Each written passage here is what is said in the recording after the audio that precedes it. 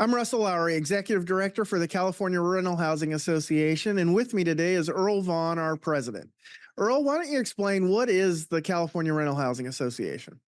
CalRHA, which your association is a member of, composes 9 affiliates throughout the state of California. We represent about 733,000 rental units. We are advocates on your behalf.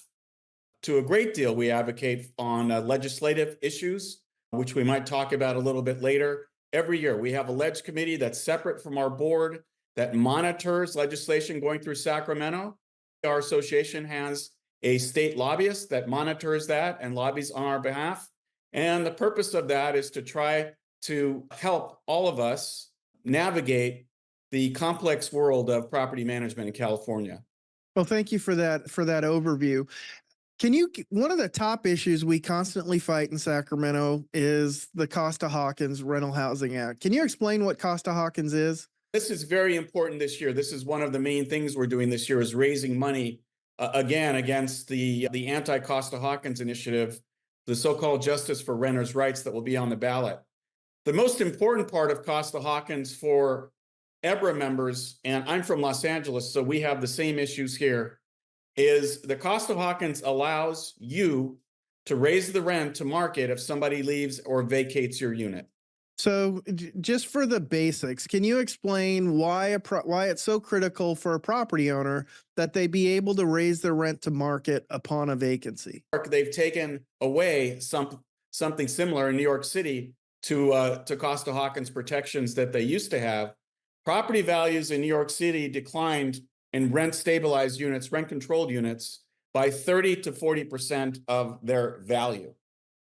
So having vacancy decontrol, and I know that many of you know this, when somebody moves out, it allows us to raise our rents, pay our bills, and actually subsidize the people who are paying lower rents in your property.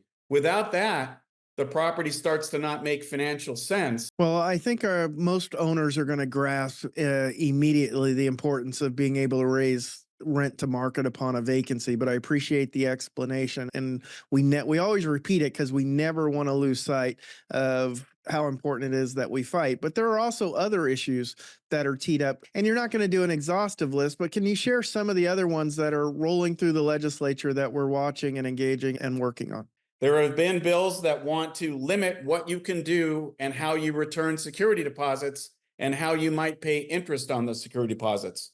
One of the bills we killed would have required interest on security deposits, which would have been very problematic in a practical way to do. Now, I know some of our cities require that already. There was another bill that has been modified that wanted you not to be able to use security deposits for carpet cleaning, for instance, when somebody moved out. A big bill that we've been working on this year is a bill that would allow pets in your apartments. That bill we have been working diligently on. There have been some proposed amendments to it. We want to make sure that if there is a requirement to do this, that there's substantial protections for owners. We have a couple of bills that we've sponsored this year. We also are working on a bill, and we had a committee that specifically worked on a bill to address the squatting situation in the state of California. We hope to introduce a bill on that next year to help with that situation, which has been a lot in the news these days about people moving in and squatting illegally in apartments and homes.